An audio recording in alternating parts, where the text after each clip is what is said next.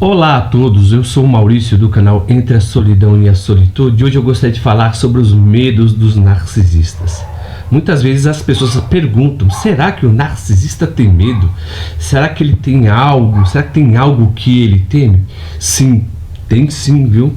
E hoje vocês vão saber quais são os temores do narcisista. Se vocês quiserem saber sobre o tema, fique conosco até o final do vídeo. O porquê que eu estou falando isso, na verdade? Porque o narcisista, na maioria das vezes, ele tem medo de ser exposto, tá? Por exemplo, quando eu falo medo, o que significa medo?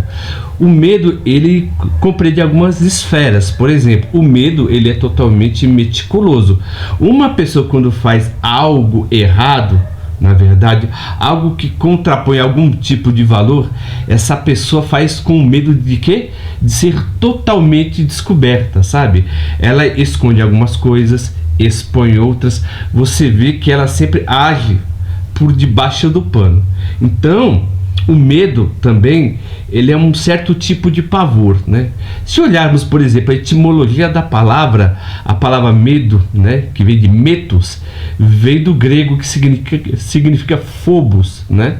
Dentro da mitologia grega havia duas divindades, Deimos e Fobia. Ambos, né, eram filhos do deus Ares, que é o deus da guerra, e Afrodite, a deusa do amor. Então você verifica, por exemplo, que dentro do mito, que dentro da paixão há uma guerra, tá? Ou seja, ou você luta para manter, ou você luta para quê?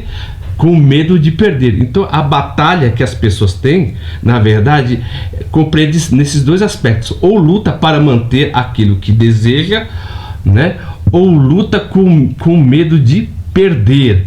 Quando a pessoa está totalmente apavorada, o que ela faz? Ela foge, ela entra em um estado de pânico.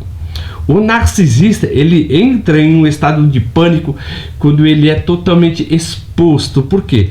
Porque como ele se considera inteligente, ele é totalmente dissimulado, quando ele é pego na mentira, na verdade, e isso, quando eu digo pego na mentira, é quando você demonstra os fatos, tá?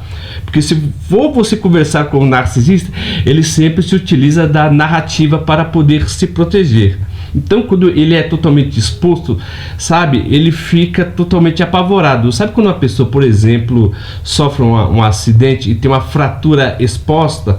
Ou seja, é algo que todo mundo vê, é algo que é expositivo, é algo que está à vista de todos, tá? Então, como ele, por exemplo, ele cria uma imagem para que os outros o admirem, quando ele vê essa imagem, na verdade, sendo totalmente solapada, totalmente ferida e totalmente reconfigurada, muitas vezes eles chegam a sumir, tá, do bairro onde é que moram, e muitas vezes mudam até de cidades, viu? Muitas vezes muda até de uma cidade para outra. Por quê? Porque o medo dele de ser exposto, na verdade, faz ele ficar, na verdade, em maus lençóis. É por isso que o universo dele é sempre conspirativo. Ele sempre tem medo, na verdade. Ou seja, tudo que ele faz, ele tenta fazer as coisas direitinho, bonitinho, na verdade, para que as pessoas vejam pela fachada e não veja a intuição por trás da fachada, a intenção, tá? O segundo medo que o narcisista tem também é o medo da rejeição. Interessante, por que ele tem medo da rejeição? Se você verificar pela infância dele, a infância dele acontece mediante negligência dos pais, né? Por exemplo, na maioria das vezes a ausência do pai e a autoridade da mãe, porque o filho muitas vezes se espelha no pai, tá?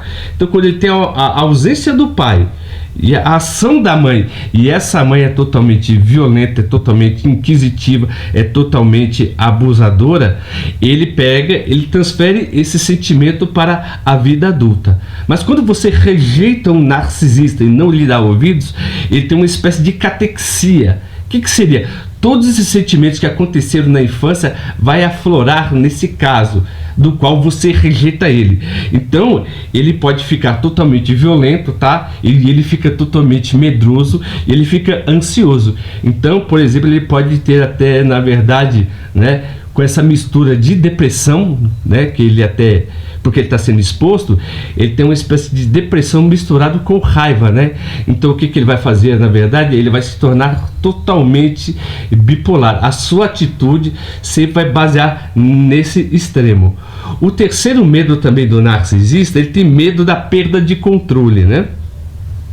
Ou seja, como eles foram formatados desde a infância, que esse é o mundo que representa para eles, porque se o pai foi ausente e a mãe foi controladora, ele vai espelhar esse tipo de universo como se fosse normal. Quando ele era criança e ele não tinha esse poder, ele vai, por exemplo, para compensar a sua fragilidade, a sua insegurança, mantendo um controle.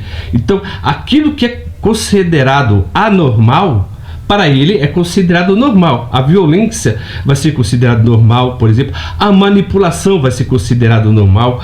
O controle sobre as outras pessoas, a intenção de cometer o roubo ou gaslight, para ele vai ser, na verdade, considerado normal, porque ele foi formatado, a sua mente foi formatada daquele jeito. Então, para ele, por isso que isso se torna explicitamente normal. Então, quando ele perde o controle, o que acontece? Ele volta àquela imagem que ele tinha de infância, viu? Porque a maioria das nossas memórias, elas são totalmente afetivas, tá? Você não consegue lembrar de nada se não te der uma sensação de prazer ou de pesar, tá? Então, quando lhe roubam, na verdade, essa sensação de controle, ele remete à infância. Então, todas as atitudes dele vai remeter à infância. É medo, é violência, por exemplo, vai ter uma atitude totalmente pueril, sabe? Vai agir praticamente como uma criança imatura. E o quarto ponto também, que eles têm medo, ele tem medo de ser abandonado. Porque como ele sempre tem necessidade de admiração e eles não conseguem ficar sozinhos em um curto espaço de tempo, alguém, por exemplo, sempre tem que fazer o quê? Lembrar o quanto que é bom, ele é belo, ele é lindo e ele é maravilhoso. Então, se não tem ninguém, na verdade, que ratifique isso nele, ele fica, na verdade, totalmente desesperançado, tá? Então ele sempre tem essa necessidade de ter alguém o bajulando. Ele é uma espécie, por exemplo, de sol onde é que as pessoas são satélites. Então são esses satélites que lhe dão brilho, tá? Ele não tem brilho em si mesmo, por exemplo, ele não tem uma confiança em si, ele não consegue viver num processo de solitude, ele vive mais nesse processo de solidão, né? A solitude é a pessoa que consegue viver bem consigo mesmo.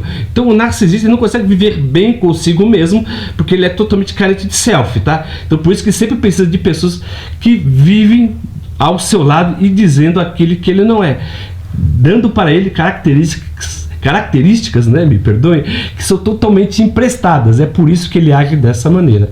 Se vocês gostaram do vídeo de hoje e quiserem nos ajudar no nosso pequeno canal, comente, conta uma história que você teve com um narcisista, né? Eu quero saber da sua história. Eu peço que vocês entrem e comentem mesmo.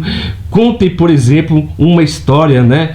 E que tipo de atitude também que vocês tomaram para que esse narcisista ficou, ou ficasse, na verdade, totalmente desorientado.